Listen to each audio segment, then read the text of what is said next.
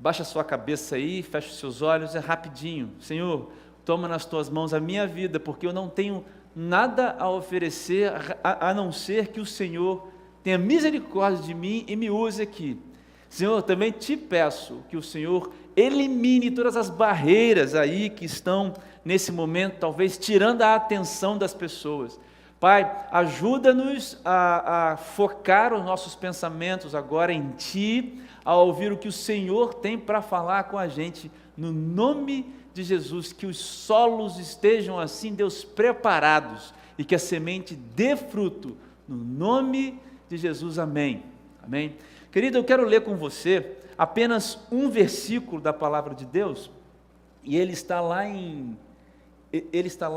no Salmos 119, versículo 105, é só esse versículo, Salmo 119, versículo 105, e eu sei que você conhece muito bem esse versículo, acho que você sabe de cor, cara, esse versículo. A gente vai ler esse texto, durante a mensagem a gente vai falar outros textos, e aí lá no Salmo 119, versículo 105, diz assim: a tua palavra é lâmpada que ilumina os meus passos, e luz que clareia o meu caminho.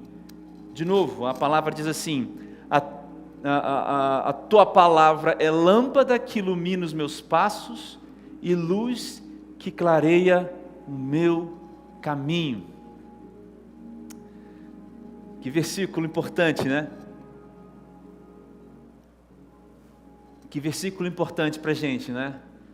A gente decora isso aqui quando é criança, né? A gente já sabe desse versículo. Cara, o que eu quero dizer para você? O que esse versículo de cara já diz para a gente? Presta atenção.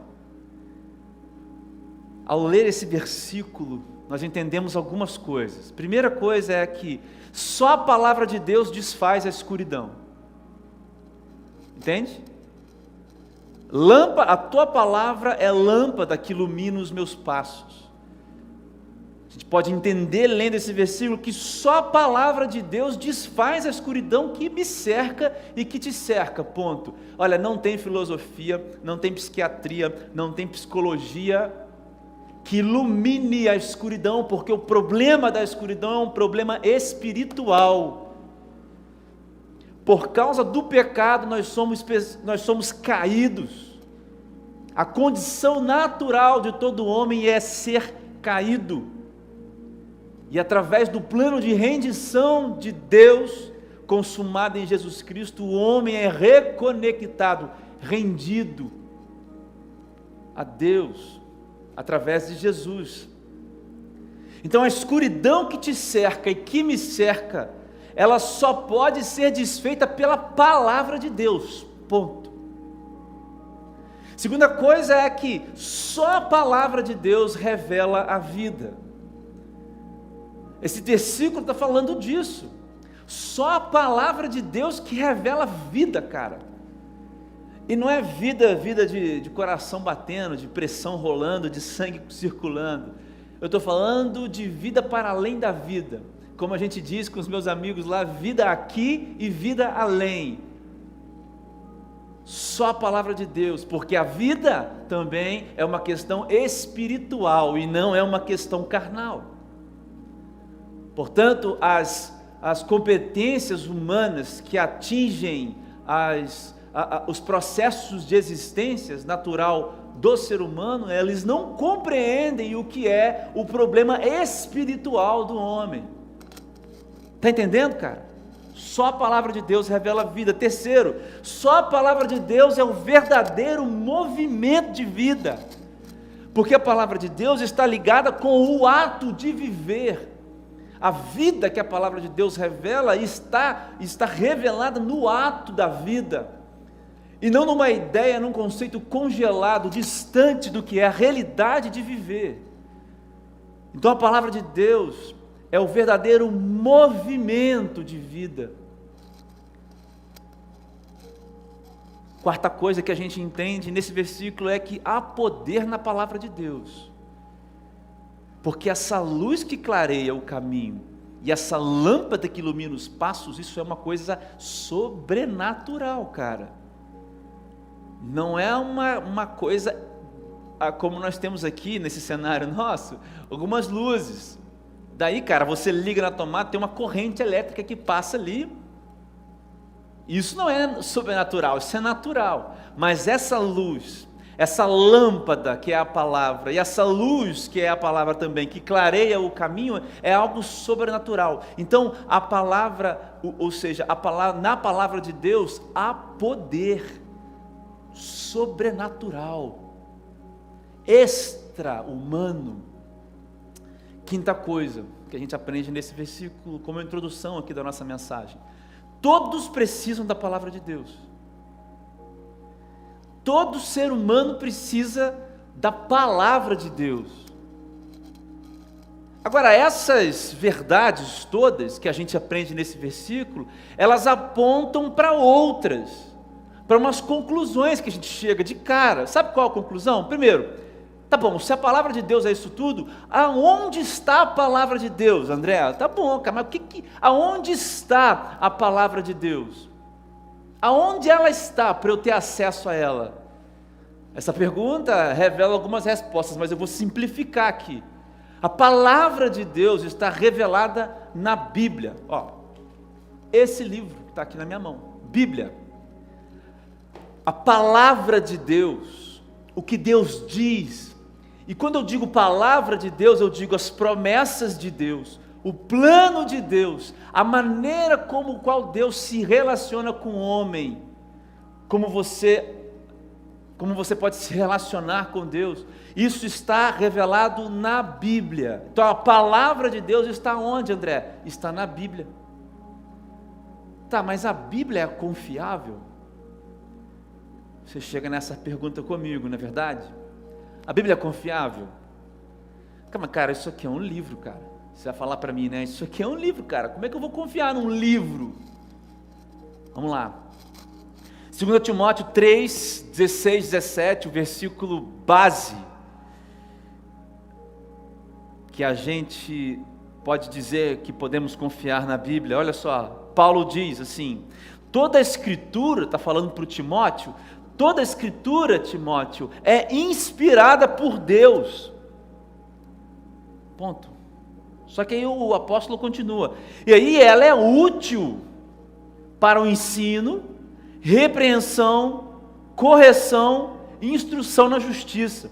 E isso tudo para que o homem de Deus, os filhos de Deus, não são as criaturas, são os filhos de Deus, sejam aptos e plenamente preparados para toda boa obra. Esse versículo é formidável, fantástico, porque além de dizer o que a Bíblia é infalível, para que ela serve, ela aponta para aqueles aos quais a Bíblia servirá como instrumento da revelação da palavra de Deus. E a Bíblia não está disponível para ser a revelação de Deus para todos. Sabe por quê? Porque nem todos veem a Bíblia assim.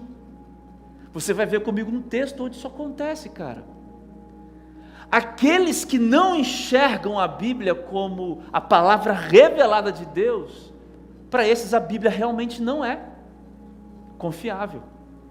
Você sabe o que na teologia a gente diz? A gente diz que a Bíblia é inspirada por Deus, como a gente viu aqui agora em Timóteo. Foi Deus que inspirou as palavras aos homens que a escreveram, foi Deus que inspirou os homens que a consolidaram. Você sabe muito bem da história da formação da Bíblia. Não caiu do céu um livro, ele foi escrito durante os séculos, durante os anos. Entre o Velho e o Novo Testamento nós temos em média 7 séculos de diferença. Apesar disso, nós vemos uma unidade na Bíblia inteira. A Bíblia é inspirada por Deus, portanto ela é infalível, porque Deus não falha, não muda e não pode ser contestado. E se a Bíblia é inspirada, é infalível, ela não erra. E se a Bíblia é inspirada, infalível e inerrante, ela é autoritativa. Ela é a autoridade. E talvez você pergunte, mas qual é a maneira de provar a Bíblia? Ora, meu querido, a Bíblia se prova por ela mesma. Nós olhamos a Bíblia não procurando fatos extra bíblicos para comprová-la. A Bíblia se prova por ela mesma, porque ela diz, isso é, apesar de haver muitos fatos extra-bíblicos que comprovam tudo o que diz a Bíblia. Se nós tivéssemos tempo aqui, eu falaria com você de várias provas históricas, arqueológicas, científicas, astrofísicas, sobre relatos de momentos ou de certos fatos que estão contidos na Bíblia, mas esse não é o olhar, apesar de corroborar aquilo que a Bíblia diz. O que nós estamos dizendo, que eu estou dizendo para você, é que a Bíblia é inspirada por Deus, ela é a palavra do próprio Deus, cara. Quer ver? Provérbios 35, toda palavra de Deus, Provérbios capítulo 30, versículo 5, toda palavra de Deus é pura, ela é escudo para os que nele confiam. Salmo 12, versículo 6, as palavras do Senhor são palavras puras, prata refinada em forno de barro, depurada 7 vezes. A palavra de Deus é infalível, inerrante e autoritativa. Então a gente vai partir desse ponto. Eu fiz essa introdução um pouco longa, porque eu quero dizer para você isso, que a palavra de Deus, ela está revelada na Bíblia Sagrada. Você quer conhecer Deus? Conheça a Bíblia, porque não existe erro na revelação de Deus na Bíblia. Não são pessoas revelando profecias que são a máxima revelação de Deus. Não são as experiências extracorporais que são a máxima revelação de Deus. Não. Não são os meus momentos em oração, o meu falar em línguas estranhas que são a revelação máxima de Deus. Não. A revelação máxima de Deus é o que está contido na Bíblia, é a Bíblia Sagrada. Porque, meu querido, existe algo sobrenatural que acontece na Bíblia. Sabe o que é? É o Espírito Santo que fala com as pessoas através da Bíblia. Do mais pobre ao mais rico, do mais sem intelectualidade ao mais culto, do mais novo ao mais velho. Isso não é feito por homens. Deus escolheu fazer deste jeito. Deus se revela na Bíblia, Ele está revelado na Bíblia, a vontade de Deus está revelada na Bíblia, muito mais do que na natureza, muito mais do que no sol e nas estrelas, muito mais do que nos milagres. Deus está revelado na Bíblia. Foi através dessa Bíblia que o Evangelho chegou a você hoje, que está me ouvindo. Se algum dia você já teve contato com as boas novas do Evangelho, foi por causa da Bíblia, de ter a Bíblia e desse modelo de conexão com Deus perfeito através da Bíblia, que homens atravessaram mares, foram para outros continentes pregar. Por isso que homens que não tinham conhecimento de nada conheceram a Deus, porque a Bíblia foi pregada, porque a palavra de Deus foi exposta, meu querido irmão. Eu tenho um testemunho, a minha avó, uma pessoa que eu amo, assim, que eu amo ainda, ela já não é mais viva, mas eu ainda a amo muito. Claro que a ideia da minha avó, a lembrança dela continua comigo. Minha avó já morreu, mas eu tenho esse carinho pela memória da minha avó. E a minha avó era uma pessoa extremamente religiosa, mas não cristã, protestante. E a minha avó se converteu lendo a Bíblia, sozinha em casa, lendo a Bíblia. Minha avó era altamente religiosa, mas não protestante. Uma pessoa de altíssimo cargo, onde ela estava na época, enfrentou uma cidade inteira contra ela, porque ela mudou radicalmente de posição, e naquela época as mudanças paradigmáticas no sentido moral, no sentido cristão, eram coisas complicadas para a sociedade aceitar. mas foi lendo a Bíblia. Martinho Lutero foi o homem que iniciou a reforma protestante. Ele leu Gálatas, ele leu a carta aos Gálatas, cara, ele leu Romanos, ele leu Efésios, ele leu Efésios 2:8, ele entendeu que nós somos salvos pela graça, que não tem nada para você fazer para conquistar a salvação, portanto, você também não pode perder aquilo que só Deus pode te dar. Martinho Lutero entendeu isso, cara, lendo a Bíblia, cara. A Bíblia é a palavra de Deus, é desse modelo que Deus escolheu se revelar ao homem. Então vamos começar hoje, dizendo que esta é a nossa fonte. Não dá para começar a falar se não for assim. Não está na irmã de revelação, não está naquela pessoa que ora, não está no pastor, não está nesse que está aqui agora vos falando, pregando para vocês aqui agora, não está naquela pessoa que te faz bem, mas a vontade de Deus, a palavra de Deus, o próprio Deus, está perfeitamente revelado na Bíblia Sagrada. E enquanto você não aceitar isso, e não entender isso, talvez você não adquira o fôlego da palavra para a sua vida. Entende?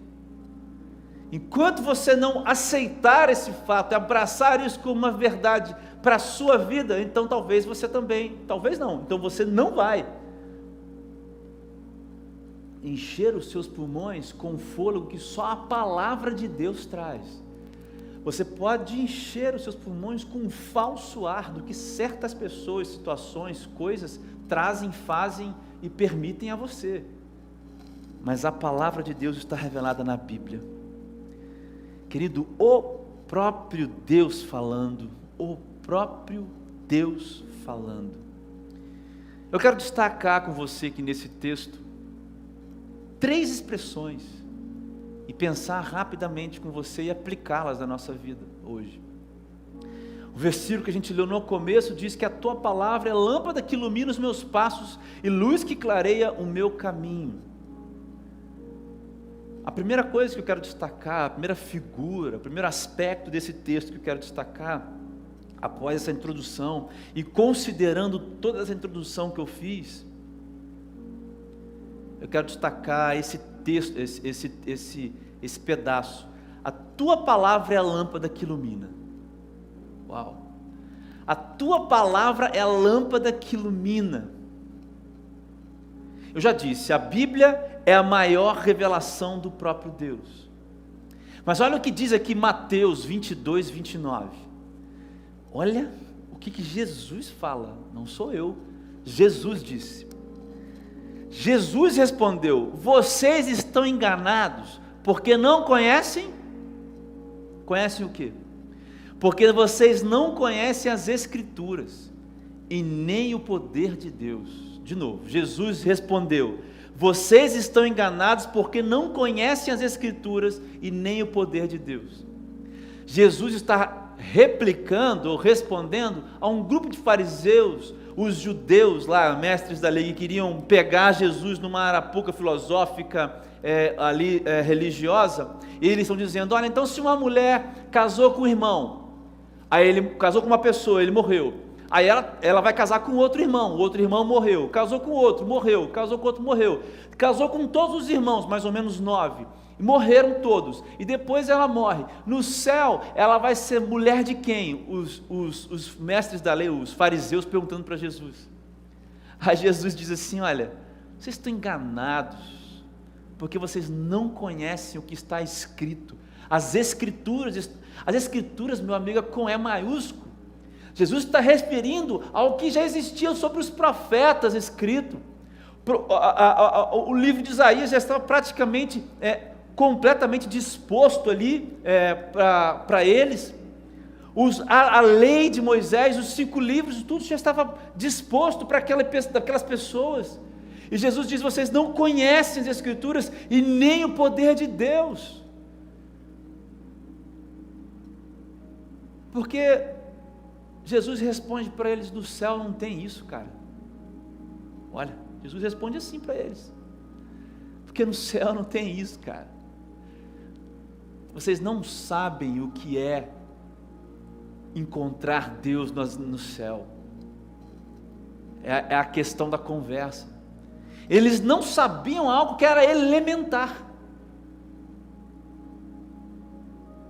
Sabe o que a Bíblia desfaz? Sabe que a tua palavra é lâmpada que ilumina? Sabe o que isso significa? Que a Bíblia desfaz o engano, cara.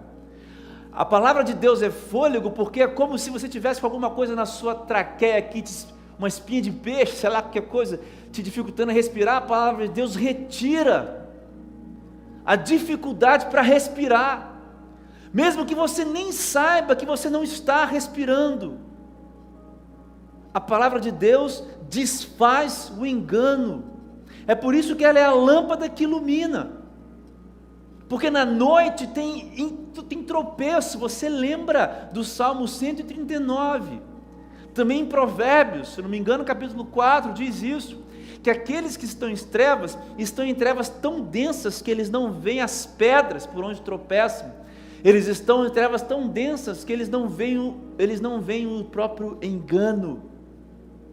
A Bíblia, a palavra de Deus, desfaz o engano. É por isso que ela é a palavra que ilumina. Agora a pergunta é: o que é que não deixa você respirar na vida? Que você sabe. Talvez você saiba que não está próximo de Deus. Talvez você saiba que não está fazendo o que Deus quer. Talvez você não tenha coragem de fazer aquilo que Deus quer. Talvez você seja como eu, tenha dificuldades demais de aceitar as coisas que Deus manda você fazer, e assim, aceitar às vezes aquilo que Deus coloca, o seu ministério. Eu confesso para vocês, meus irmãos, eu vim de uma outra criação. Eu fiz uma faculdade, um mestrado, um doutorado em outra área. Imagina mudar de linha. Mas tem coisas que pulsam no coração, e tem coisas que Deus diz. E para desfazer o engano, a confusão, a gente precisa se alimentar da palavra, porque a palavra de Deus tem poder, cara.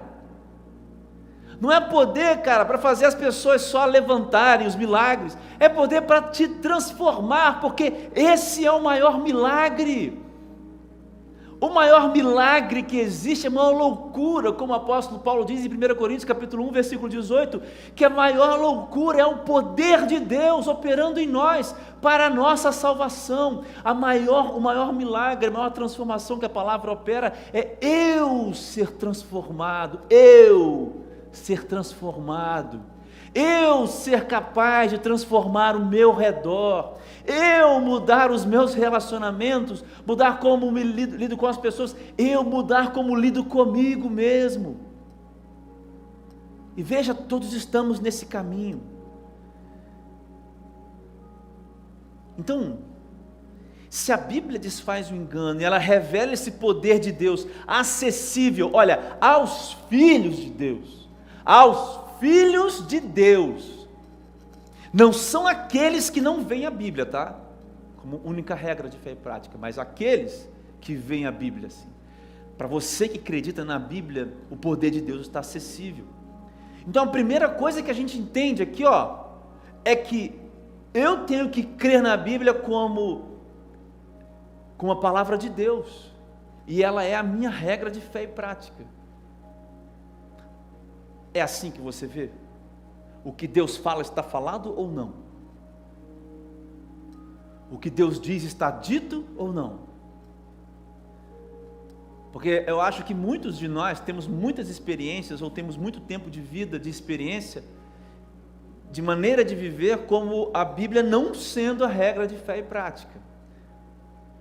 Porque é diferente, meu amigo, você saber o que ela diz, mesmo que superficialmente, e colocar aquilo que ela diz em prática, e se aprofundar naquilo que ela diz. Existe uma grande discussão sobre a validade da Bíblia, sobre a contextualização do texto sagrado, mas isso não é novo. Século II, século III, existiam duas escolas, basicamente, de interpretação da Bíblia, a escola de Antioquia e a escola de Alexandria. Século II, século III. A escola de Alexandria, por exemplo, acreditava que precisava haver muita alegoria, que o texto não era aquilo mesmo. Pra você ter uma ideia, eles acreditavam até que existia um cânon dentro do cânon. Ou seja, existia um texto sagrado dentro da Bíblia, que esse era o verdadeiro. O resto a gente tinha que eliminar um pouco, tirar um pouco. Era o famoso uso de alegorias. Mas a escola de Antioquia, aqueles homens de Antioquia, do qual vem Santo Agostinho, a linha de pensamento de outros grandes homens, eles entendiam que a Bíblia era completamente inspirada por Deus, e o que ela dizia era o que ela dizia, e que o sentido literal de muitas coisas é o sentido literal, porque a Bíblia é a palavra de Deus. Primeira coisa, você tem que entender isso. A lâmpada, a palavra que é a lâmpada, meu irmão, ela desfaz o engano. Ela está acessível aos filhos, é o poder de Deus acessível aos filhos, mas ela tem que ser a única regra de fé e prática da sua vida. Depois o texto fala assim, que a lâmpada que ilumina, meus passos, depois a luz que clareia o meu caminho. O segundo termo que eu queria tirar desse versículo é meus passos e meu caminho, porque meus passos e meu caminho, diz respeito à minha existência. O versículo é riquíssimo, porque ele está colocando duas coisas: a luz, a lâmpada, e outra palavra, os meus passos, o meu caminho. O meu caminho é escuro, o meu caminho é nas trevas, o meu caminho precisa de luz, luz que ilumina o meu caminho, lâmpada que ilumina os meus passos. Ou melhor, lâmpada que ilumina o meu caminho e lâmpada que ilumina os meus passos e luz que clareia o meu caminho. Mas são duas coisas diferentes. Passos e caminho, a minha naturalidade, a minha existência. Luz e lâmpada. Eu quero falar sobre os meus passos e o meu caminho. Isso tem a ver com a minha existência. E eu lembrei do texto lá de Lucas 24, daqueles dois homens no caminho de Emaús. Era o seguinte, pessoal: Jesus já tinha morrido, já tinha ressuscitado. Aí algumas mulheres foram ao sepulcro e viram, capítulo 24 de Lucas, e viram que Jesus não estava mais lá. E aí foram contar para os discípulos. Aí nesse meio tempo foram contar. Pedro sai correndo lá para ver, né? Aí dois dos discípulos de Jesus, não eram os apóstolos, tá? Dois discípulos, um, se eu não me engano, era Cleopas o nome, o outro a gente não sabe. Jesus tinha discípulos e tinha apóstolos. Então dois desses discípulos estavam no caminho para Emaús, que era uma aldeia um pouco distante de Jerusalém, mas eles estavam no caminho. E olha só o que diz o versículo 16, tá bom? E um pedaço do 17. Porém os olhos deles estavam como que impedidos de o reconhecer. Ele lhes perguntou: o que é que vocês estão discutindo pelo caminho? E eles pararam entristecidos. Sabe qual que é a história? Esses homens estavam caminhando para Emaús, e aparece uma pessoa. Sabe o que aparece para eles? Jesus, cara, ressuscitado. Só que esses homens foram impedidos de conhecer Jesus, de reconhecer. O próprio Espírito impediu os homens de reconhecer Jesus. E aí Jesus pergunta: o que vocês estão discutindo pelo caminho? Aí eles ficaram tristes, quando eles tiveram que dizer para Jesus sobre o que eles estavam discutindo. E sabe o que eles estavam discutindo? Como é que o Rei dos Reis, como é que Jesus Cristo,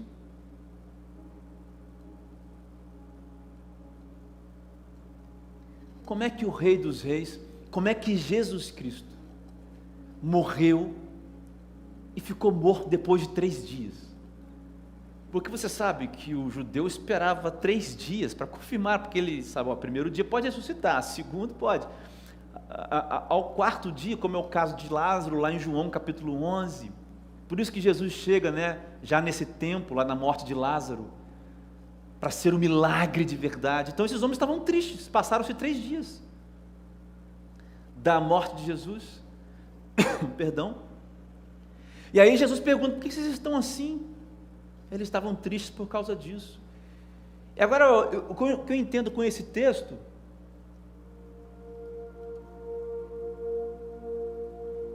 o que eu entendo com esse texto é que a experiência da vida, meu querido, ela é vazia, ela é triste e ela é incompleta para os que não reconhecem Jesus. O nosso caminho, os nossos passos, eles são tristes, eles são vazios e eles são incompletos quando não reconhecemos Jesus Cristo. E eu vou dizer por que depois, por que isso acontece. Porque na verdade a gente não reconhece a palavra de Deus. Cara, você pode ter as coisas que você acha que você tem, a completude do ser humano. Cara, presta atenção, olha, eu estou dizendo que os teóricos da experiência humana, psicólogos, psiquiatras, terapeutas, os filósofos, eles vão dizer isso, olha, não existe completude, é melhor você se acostumar com isso, aceitar esse negócio. Não existe completude na vida, nem no amor, nem nas relações, nem no trabalho. Completude é um conceito abstrato e inalcançável. O que existe é a busca pelas coisas. Então esses homens colocam um sentido na busca, e aí eles vêm com as relativizações das coisas. O seu coração é quem manda, viva como se não houvesse amanhã. Por isso, a vida é vazia, mas eles têm toda a razão, porque é só quando o homem morre, Gálatas 2, versículo 20, é só quando o homem morre com Cristo na cruz, que ele ressuscita, com Cristo também. Por isso que a experiência de vida, ela é vazia, triste e incompleta. Para quem não conhece Jesus, ela vai ser um pedaço de alguma coisa, porque o sentido da coisa está em reconhecer a palavra de Deus, reconhecer Jesus Cristo, e ao reconhecer Jesus Cristo, há morte em nós, cara. Meu amigo, esse é o tema principal do Evangelho, morte, nossa morte, para que a gente viva. Não existe vida em Cristo se não houver a morte do velho homem. Efésios capítulo 4, revestivos de quê? Do novo homem. É preciso tirar a roupa do velho, mas a experiência de vida, ela é vazia. Aí no texto lá dos homens de Emaús, o versículo 25, Jesus disse assim, olha, como vocês são insensatos e demoram para crer em tudo que os profetas disseram, hein? Não é verdade que o Cristo tinha de sofrer e entrar na sua glória? E começando por Moisés, começando no começo das Escrituras, cara, começando por Moisés, o Pentateuco, e por todos os profetas, que era o que eles tinham na época, as Escrituras que eles tinham na época eram essas, explicou-lhes o que constava a respeito dele mesmo, nas Escrituras, em todas as Escrituras. Você está entendendo? Jesus cegou a visão dos homens, para que ele não o visse, para que ele pudesse falar com os homens. Por que vocês não leem as Escrituras? Porque nas Escrituras estava escrito ao meu respeito que eu sofreria, que eu não viria como um rei montado num cavalo, mas era num jumento, que eu não pegaria em armas e mataria as pessoas, e seria aquilo tudo, enfim, que os judeus pensavam que Jesus seria, mas eu seria o Rei da Glória. Jesus falando, o Deus Emanuel, o Deus que se fez em nós, o Deus que se fez no nosso meio, por nós. Cara, o que Jesus está dizendo é que a esperança para a minha existência, para os meus passos e para o meu caminho, está revelada do início ao fim da Bíblia, porque Jesus Cristo é a palavra de Deus revelada. Querido, no início das coisas, Jesus estava lá com Deus, formando o mundo. Antes que tudo houvesse, o plano de Deus já estava decretado. Jesus já tinha aceitado a vontade do Pai. Se você não crê, João capítulo 1, versículo 1 a 5, eu estava dizendo aqui antes um pouquinho de Celebra, um dos textos que mais me deixa assim, cara. Olha aí, no princípio era o verbo aqui é a palavra logos no grego, que significa palavra, e a palavra no sentido da existência, ele era, ele estava lá. Não é palavra português, é palavra de ser em si. No princípio era o verbo, e o verbo estava com Deus, e o verbo era Deus, e estava no princípio com Deus, é Jesus, cara. Todas as coisas foram feitas por Ele, e sem Ele, nada do que foi feito se fez. A vida estava nele, e a vida era a luz dos homens. A luz resplandece nas trevas, e as trevas não prevaleceram contra ela, contra a luz. É o resumo de tudo que eu acabei de falar para você aqui. A esperança para a minha existência, para os meus passos e para o meu caminho, está revelado do início ao fim da Bíblia, porque é Jesus que está revelado, cara, do Gênesis ao Apocalipse. É sobre Ele, é por Ele e é para Ele todas as coisas. Mas no versículo 31, lá dessa parte de Emaús, aí Jesus continua andando com eles, mas não se revela. Aí eles entram numa casa, cara, para jantar lá, para comer. Aí Jesus dá uma estalada, a galera reconhece. Estou brincando, não foi isso não. Jesus parte um pão lá, cara, vai fazer tipo uma ceia com os caras. Aí os caras, ih, meu irmão, agora é Jesus mesmo que está aqui, pá, não sei o quê. Aí era só o versículo 31. Então os olhos deles se abriram e reconheceram Jesus. Uau! Conhecer Jesus, cara, é conhecer a palavra. E conhecer a palavra de Deus muda a gente, porque aqueles homens foram mudados depois disso daqui. Depois disso daqui, leia o relato. Lucas relata essa como a última aparição de Jesus. Lá em Mateus e em Marcos a gente tem mais algumas coisas que Jesus fala, né, antes de subir aos céus. Marcos capítulo 16. Mas aqui em Lucas a gente tem esse momento incrível. Aqueles homens foram mudados. Jesus disse, olha, não, vocês receberão do alto. Foi o momento antes do Pentecostes vir. Antes do Espírito cair sobre eles, eles reconheceram Jesus. E conhecer Jesus é conhecer a palavra. Conhecer Jesus é conhecer a palavra, conhecer a Bíblia, porque a Bíblia revela Jesus do início ao fim. Do início ao fim, a Bíblia está falando de Jesus. Eu não estou entrando na questão de que Jesus é a chave hermenêutica. Não estou falando nada disso. Ok? Fique bem claro isso.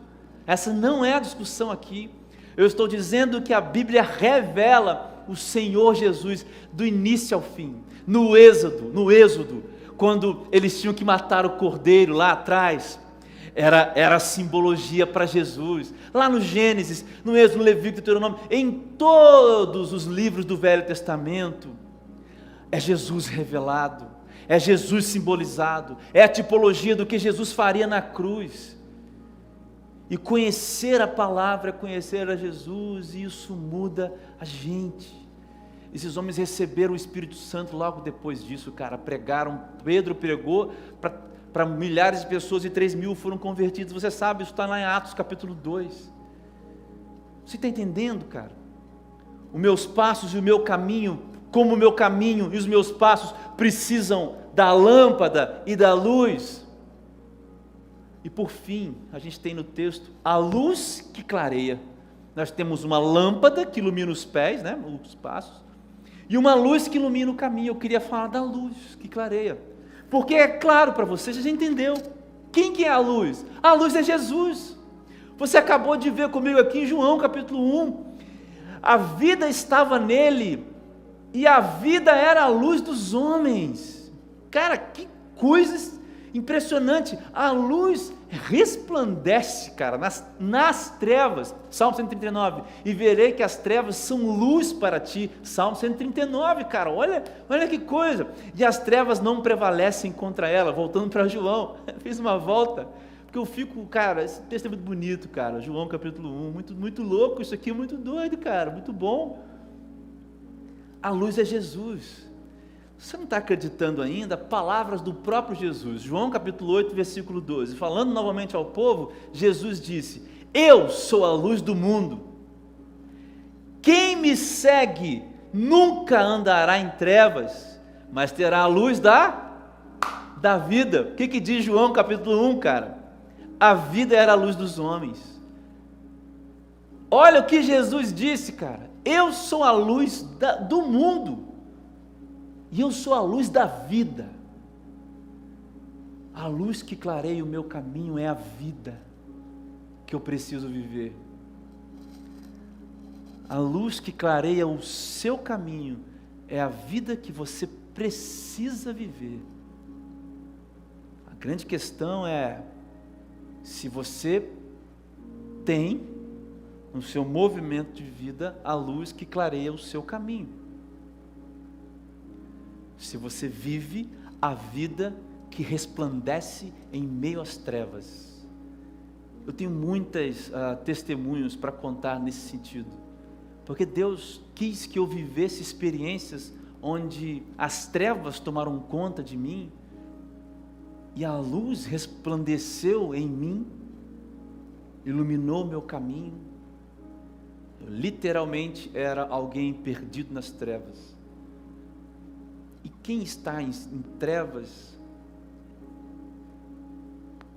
precisa que a luz se coloque na frente, para que o caminho seja iluminado.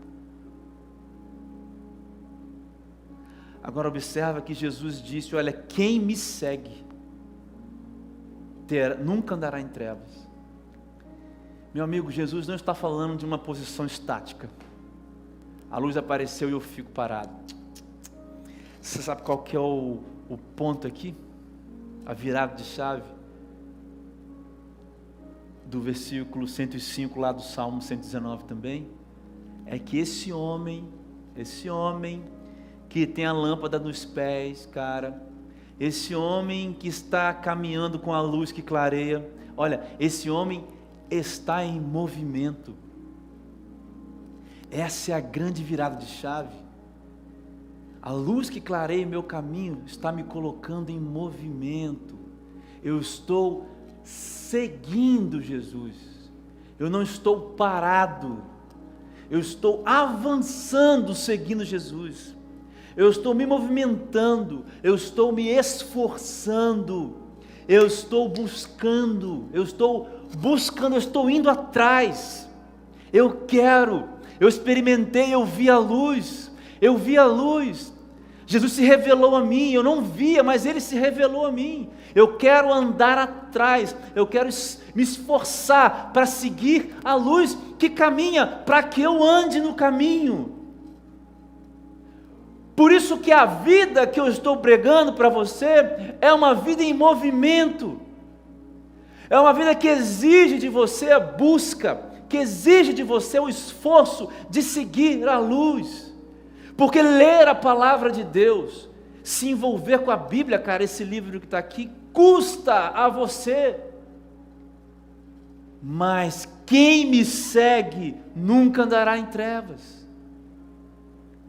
Se você não se dispõe a conhecer Jesus, então você não tem movimento. E como é que você quer caminhar na vida, cara, sem a luz? A luz é para seguir, a luz é para ser seguida, Jesus Cristo é para ser seguido, a palavra de Deus é para ser conhecida por você, por mim, por nós. E aí, interessante é que, à medida em que a gente vai movimentando junto com a luz, em direção à luz, seguindo Jesus, acontece o que Paulo diz em 1 Coríntios capítulo 11, versículo 1.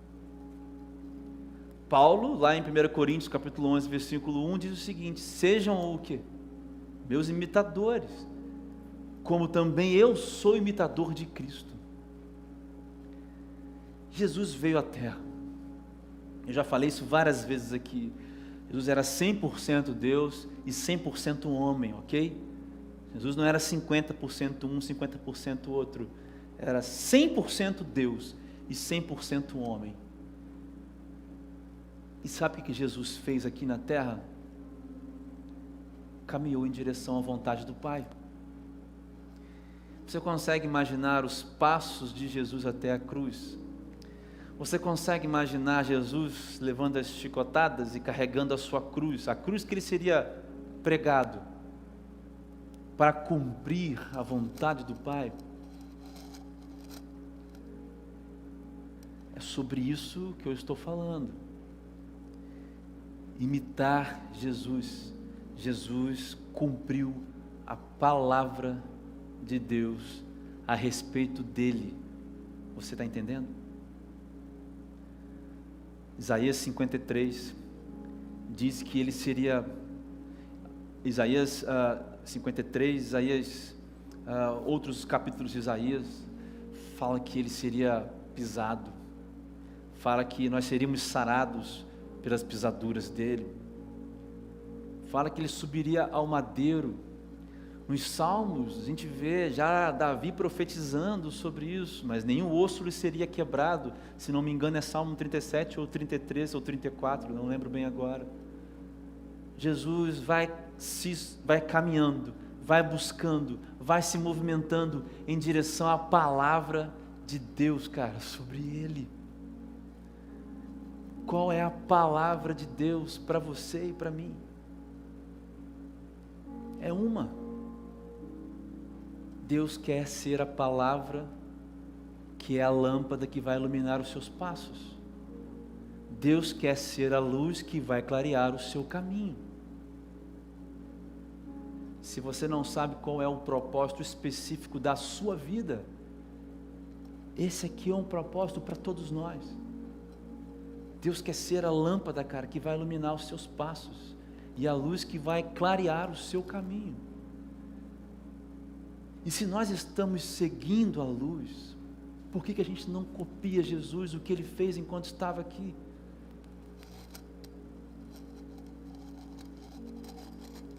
Eu tenho algumas aplicações, umas perguntas para você, e a gente vai fechar. A gente não pode negociar a Bíblia, pessoal. A gente não precisa aparar as pontas da Bíblia. A gente precisa ser moldado por ela. É ela quem muda a gente. Mas cara, o que tem, não é moldado, tá? O que tem moldado a sua maneira de pensar? Como é que você vê você? Como é que você vê o outro? Como é que você vê as circunstâncias da sua vida? Quais são os olhos que te fazem ver a si mesmo melhor? Qual é o espelho? Você lembra de Tiago, capítulo 1? O homem que ouve a palavra de Deus, mas não coloca ela em prática, é semelhante ao quê? Um homem que olha a si mesmo no espelho e logo esquece do que viu. Se a palavra de Deus for o espelho pelo qual você olha a você mesmo, meu amigo, você vai ficar lá se olhando, se desconstruindo e parecendo cada vez mais com Jesus. Mas a Bíblia não precisa ser aparada por você ou por ninguém e não pode ser negociada. Você precisa estudar a Bíblia. Você precisa parar de querer rodopiar, pular ou então ficar refém da sua não vontade de ler, porque é difícil. Você precisa se entregar. Você precisa se moldar. Esse é o código de ética, moral e conduta de vida. Ponto. 2, meu caminho, meus passos e minha vida precisa da palavra de Deus, certo? Minha existência. Então, a pergunta que eu faria a você: você reconhece essa necessidade? Você busca isso? O que a lâmpada e o que a luz fazem pelos seus passos e pelos seus caminhos? Você busca isso através da Bíblia, da palavra de Deus? Você tem sido transformado por ela?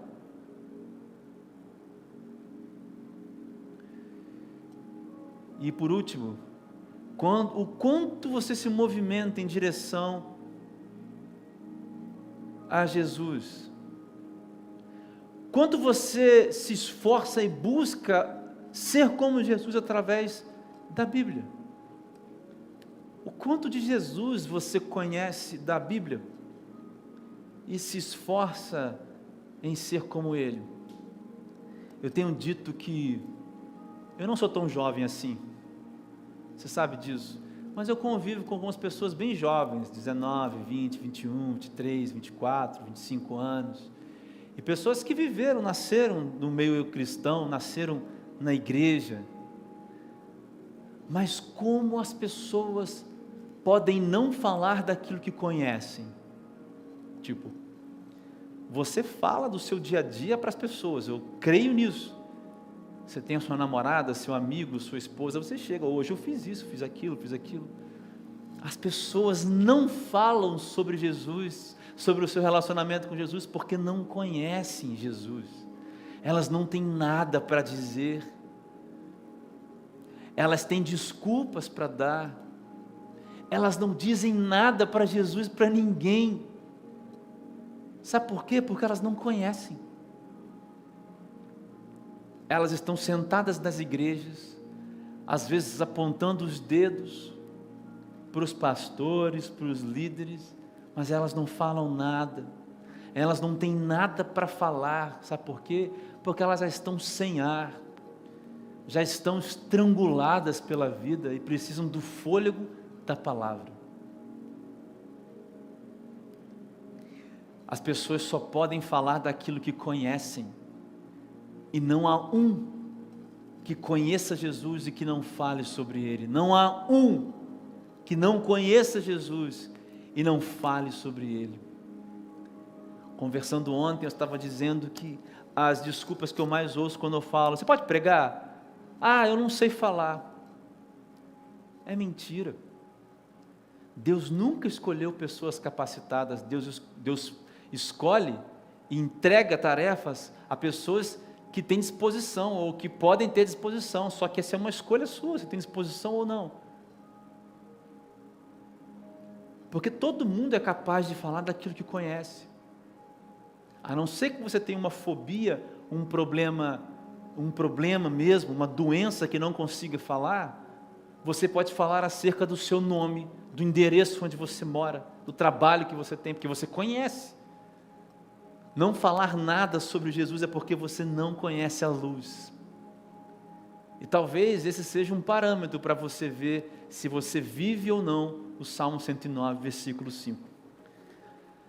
Jesus diz em Marcos capítulo 13, versículo 31, o céu e a terra desaparecerão, mas as minhas palavras jamais desaparecerão.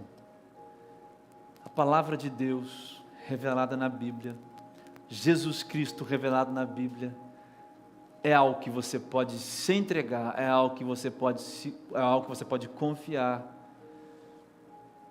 porque está acima de qualquer outra coisa, e isso é a vida.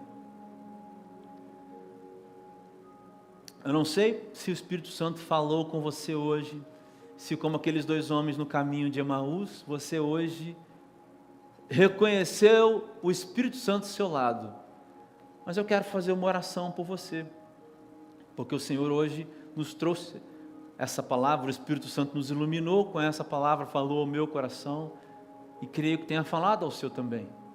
Eu quero fazer uma oração com você agora, e essa oração é para aqueles que estão dispostos.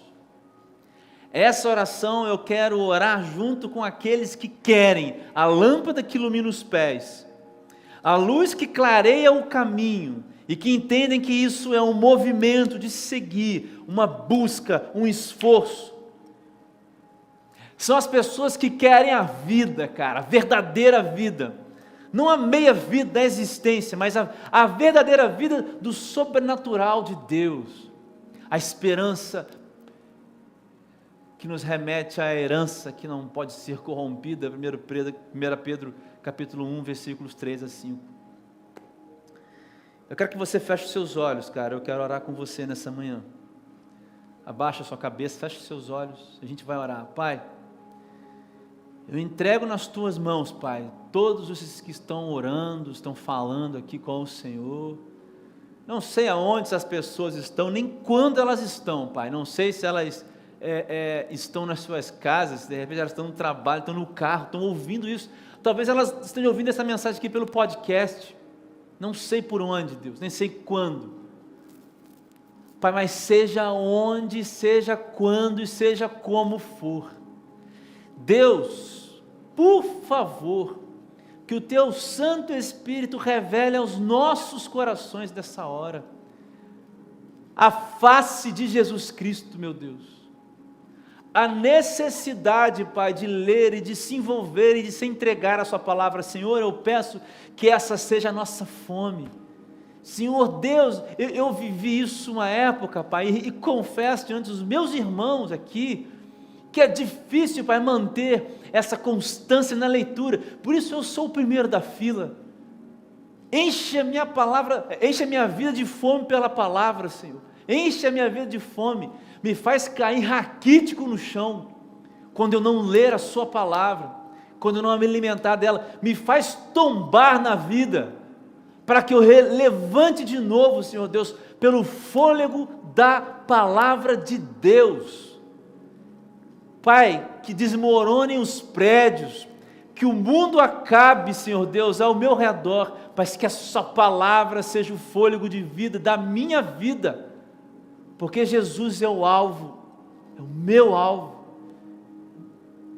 Assim, Deus, eu acredito que muitos estão orando nessa manhã, que veem aonde, como, quando for esta palavra.